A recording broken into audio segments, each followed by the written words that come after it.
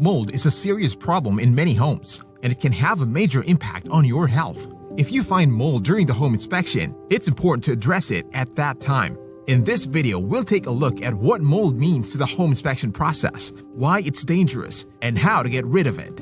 Number 1. Mold can pose health risks. Mold is a type of fungi that can be found both indoors and outdoors. This can pose serious health risks, including allergies and respiratory infections, and even immunosuppression. Number 2.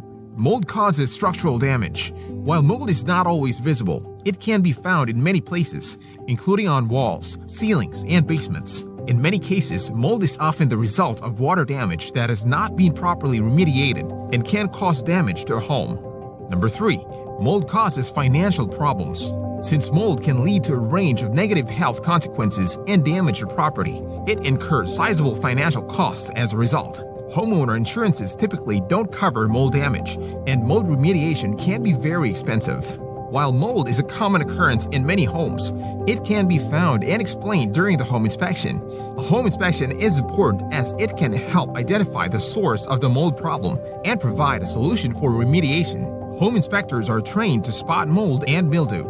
If you are considering purchasing a home, it is important to have it evaluated by a certified home inspector.